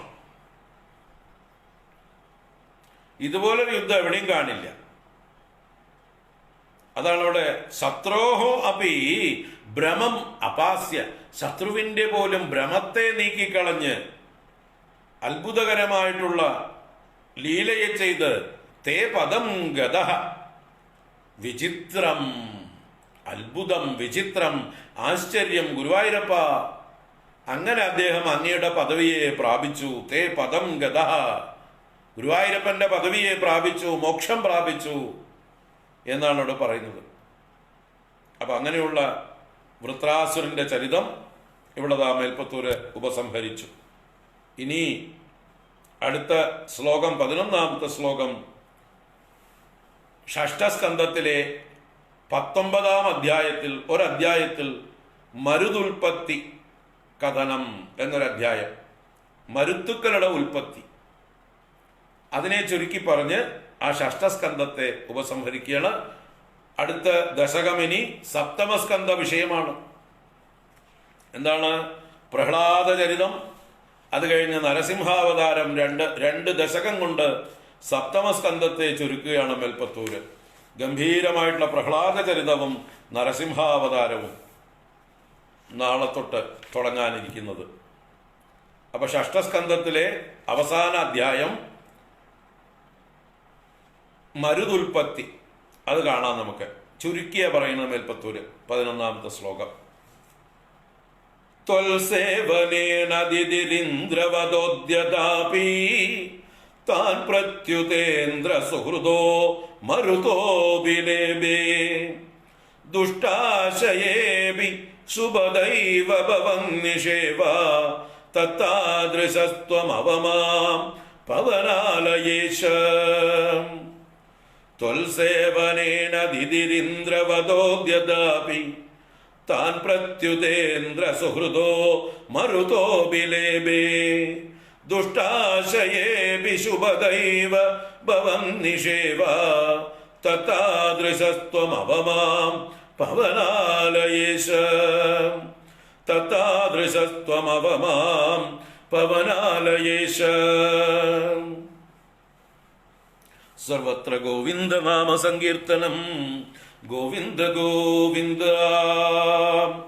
നാരായണാഖില ഗുരോ ഭഗവൻ നമസ്തേ.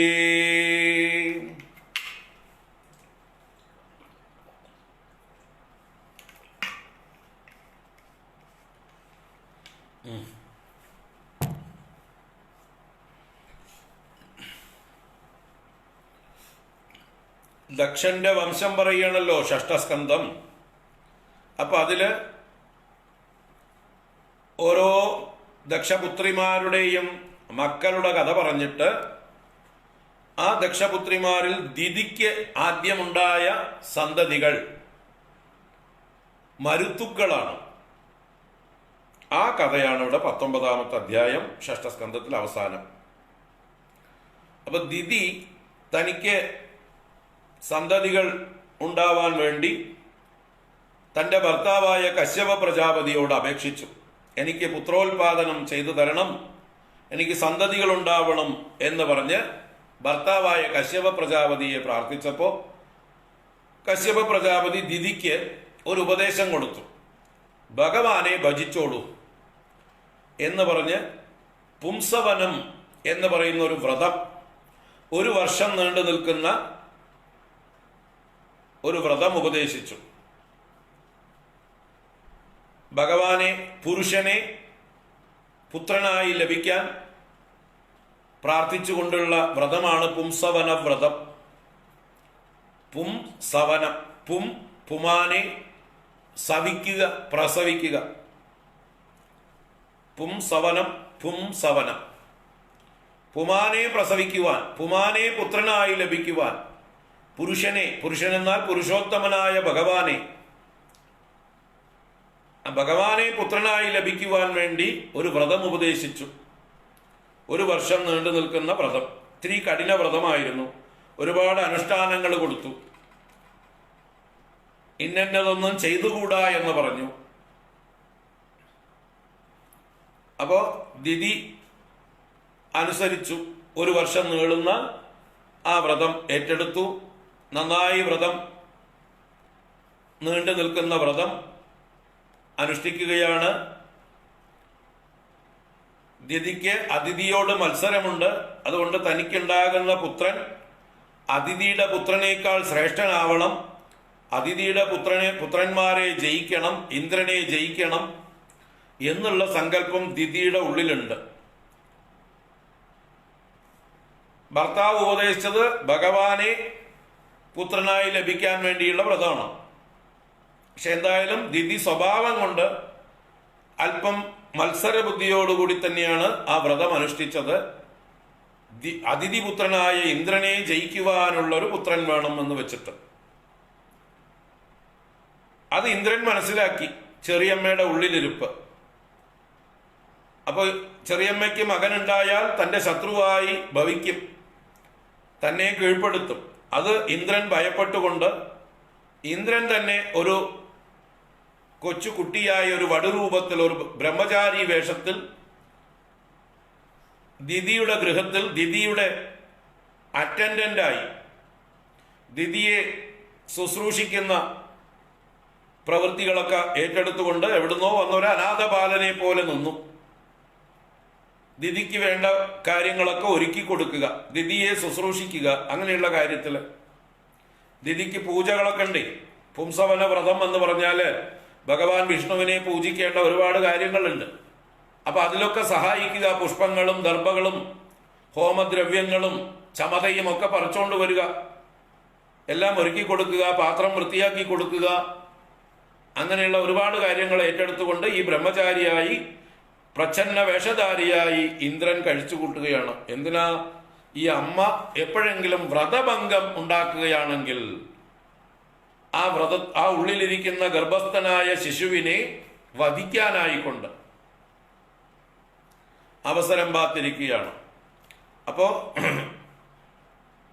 ഈ അമ്മ ഗർഭിണിയാണ്, ഭർത്താവിൽ നിന്ന് ഗർഭവും ധരിച്ചിട്ടുണ്ട്.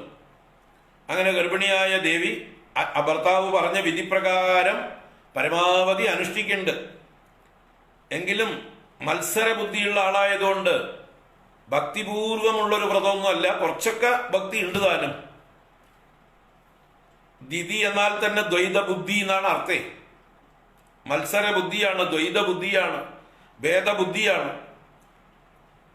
അപ്പൊ തന്റെ സഹോദരിയായ അതിഥിയോട് സാപജ്ഞ ഭാവമുണ്ട്, ശത്രുഭാവം.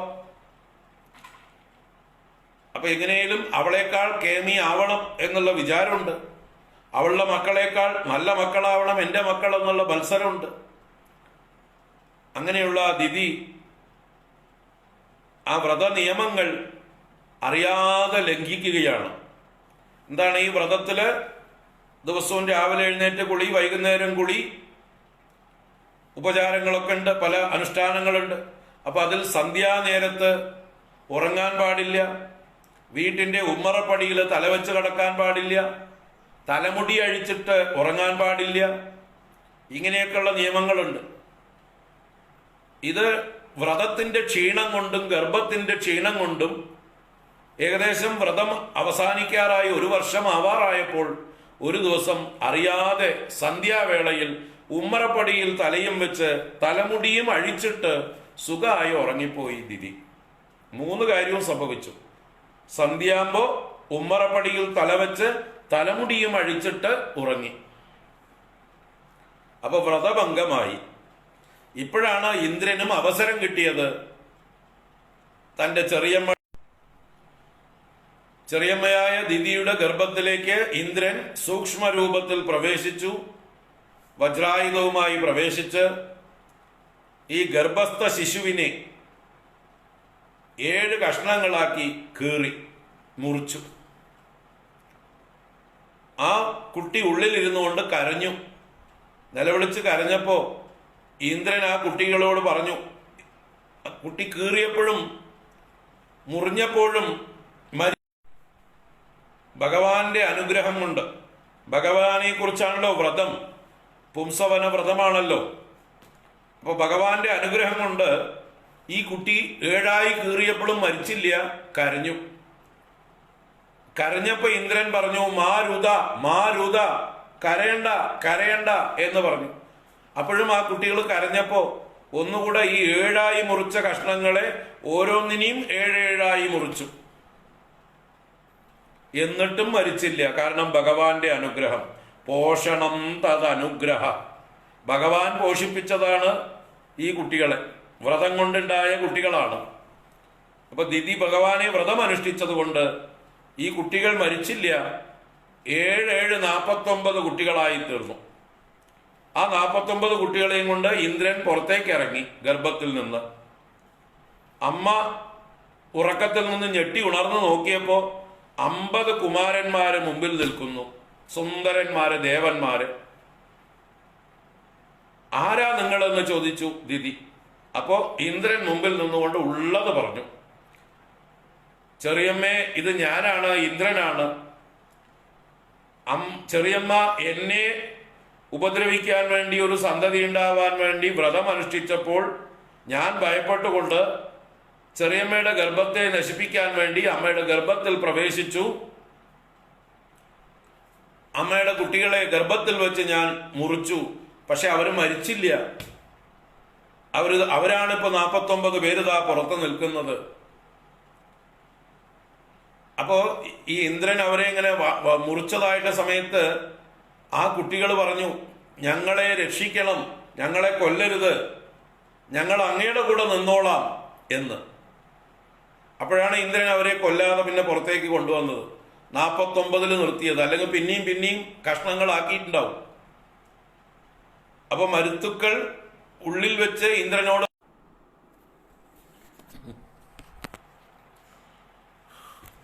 കട്ടായിട്ടില്ലല്ലോ അല്ലേ? വിളിക്കുന്നവർ മേലേക്ക് മേലെ വിളിച്ചുകൊണ്ടിരിക്കുക. എത്ര പ്രാവശ്യം കട്ട് ചെയ്താലും വിവരം വേണ്ടേ? അടുപ്പിച്ച് വിളിക്കുമ്പോൾ കട്ട് ചെയ്താൽ കുറെ നേരം വിട്ടിട്ട് വേണം പിന്നെ വിളിക്കാൻ. ആരാണെങ്കിലും എന്തോ തിരക്കുണ്ട്, പിന്നെ നോക്കാം എന്നൊരു അരമണിക്കൂർ കഴിഞ്ഞിട്ട് വേണം വിളിക്കാൻ, അല്ലേ? ആ ഒരു മര്യാദ നമ്മളൊക്കെ പാലിക്കണം കേട്ടോ. ചില ആളുകൾക്ക് ബുദ്ധി ഉണ്ടാവില്ല, മന്ദബുദ്ധികളാണ്.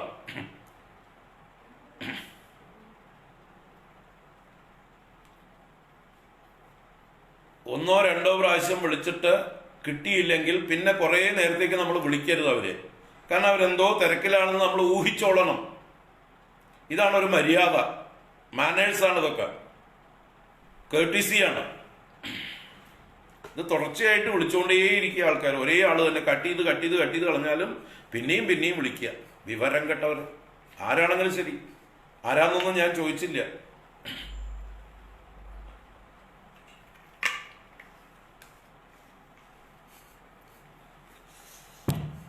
പ്രത്യേകിച്ച് നമ്മളെ പോലെയുള്ള ഒരാള് ഒരു ആചാര്യനാണെന്ന് അറിഞ്ഞൂടെ, ക്ലാസ് എടുക്കുകയാണെന്ന് അറിഞ്ഞൂടെ?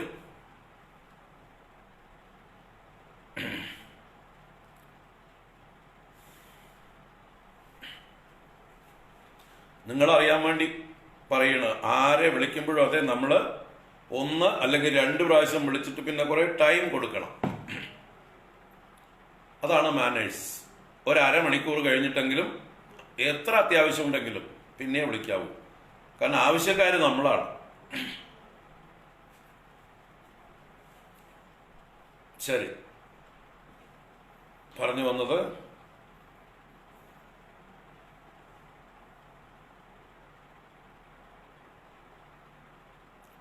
ആ കുട്ടികൾ ഇന്ദ്രനോട് പറഞ്ഞു, ഞങ്ങൾ അങ്ങയുടെ കൂടെ നിന്നോളാം, ഏട്ടന്റെ കൂടെ നിന്നോളാം എന്നായി. അങ്ങനെ ഇന്ദ്രൻ സമ്മതിച്ചിട്ടാണ് അവരെ പുറത്തേക്ക് കൊണ്ടുവന്നത്. പുറത്തു വന്നതായിട്ടുള്ള ആ കുട്ടികളെയും കൊണ്ട് ഇന്ദ്രൻ അമ്മയെ നമസ്കരിച്ചു, ദിതിയെ നമസ്കരിച്ചുകൊണ്ട്, അമ്മയെ എന്നോട് പൊറുക്കണം, ഇവര് എന്റെ സഹോദരന്മാരായിട്ട് ഞാൻ ഇവരെയും കൊണ്ട് പോകുകയാണ്, ഇവര് ദേവന്മാർ.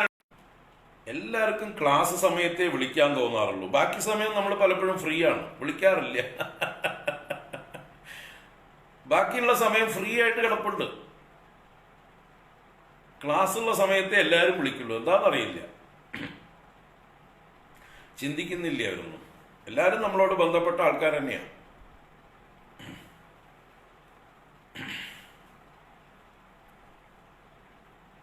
നാരായണ, എനിക്ക് ക്ലാസ് സമയത്ത്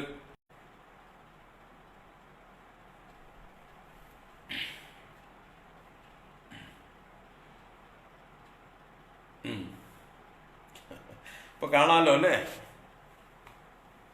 അപ്പോ അങ്ങനെ ഇന്ദ്രൻ അമ്മയെ നമസ്കരിച്ച് ഈ ഉണ്ണികളെയും കൊണ്ട് ഞാൻ പോകുകയാണ് അമ്മേ എന്ന് പറഞ്ഞു. അപ്പോ എന്തോ ദിതിക്ക് ഇത്രയും ദിവസത്തെ വിഷ്ണു വ്രതം ചെയ്തത് കൊണ്ട്,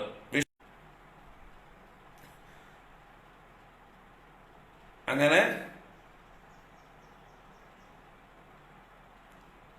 ദിതി നല്ല സത്വഗുണം വർദ്ധിച്ചിരുന്നു. ഈ വ്രതം കൊണ്ട് ഇന്ദ്രനെ അനുഗ്രഹിച്ച് ആശീർവദിച്ച് തന്റെ 49 മക്കളെ കൊണ്ടുപോയിക്കോളാനായിട്ട് അനുവദിച്ചു കൊടുത്തു. പൊക്കോളൂ, കൊണ്ടുപോയിക്കോളൂ എന്ന് പറഞ്ഞ് അനുവാദം കൊടുത്തു. അതാണ് ഇവിടെ പറഞ്ഞത്, ദുഷ്ടാശയേബി ശുഭദൈവ ഭവൻ നിഷേവ. ദുഷ്ടാശയെ അപി, ദുഷിച്ച മനസ്സുള്ള ആളുകൾക്ക് പോലും ഭവൻ നിഷേവ ശുഭദാ ഏവ, അങ്ങയെ സേവിക്കുന്നത് ശുഭദായകമാണ്. അപ്പൊ ദിതിക്ക് പോലും ശുഭത്തെ നൽകി, അഥവാ നല്ല മനസ്സിനെ കൊടുത്തു ഭഗവാനെ ഭജിച്ചത് കൊണ്ട്.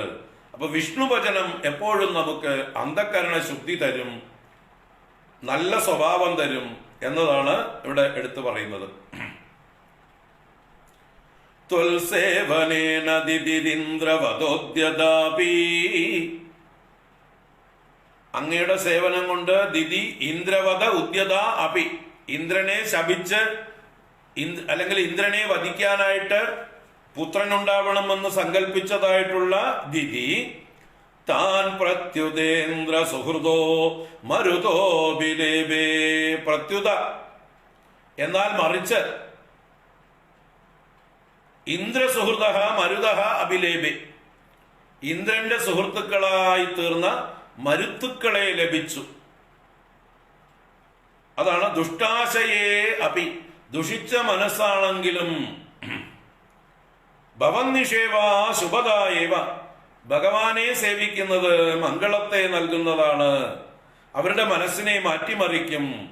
അങ്ങനെയുള്ള ഗുരുവായൂരപ്പ തത്താദൃശഹത്വം, ഇപ്രകാരം എല്ലാവരെയും ശുദ്ധീകരിക്കുന്ന ഗുരുവായൂരപ്പ ത്വം അവമാം പവനാലയേശ, പവനാലയേശ മാം അവ, എന്നെ രക്ഷിച്ചാലും എന്ന് പറഞ്ഞ് ഭഗവാനെ പ്രാർത്ഥിച്ചുകൊണ്ട് മേൽപ്പത്തൂര് സമർപ്പിക്കുകയാണ്. അപ്പൊ മരുതുൽപ്പത്തി കഥനം എന്നാണ് ഈ 19-ാം അധ്യായത്തിന്റെ പേര്. ദിതി പുംസവനം അനുഷ്ഠിച്ച് പുത്രന്മാരുണ്ടാവുന്നതും അവര് ഇന്ദ്രന്റെ വജ്രായുധമേറ്റിട്ടും മരിക്കുന്നില്ല. അത് ഭഗവാന്റെ അനുഗ്രഹം കൊണ്ടാണ്. അതുപോലെ ഭഗവാനെ ഭജിച്ചതുകൊണ്ട് ദിതിക്ക് സന്മനസ്സുണ്ടായി. ഇന്ദ്രനെ ശപിച്ചില്ല, ഇന്ദ്രനെ ഉപദ്രവിച്ചില്ല. തന്റെ 49 മക്കളെയും ഇന്ദ്രനോട് കൊണ്ടുപോയിക്കൊള്ളാൻ അനുവാദം കൊടുത്തു.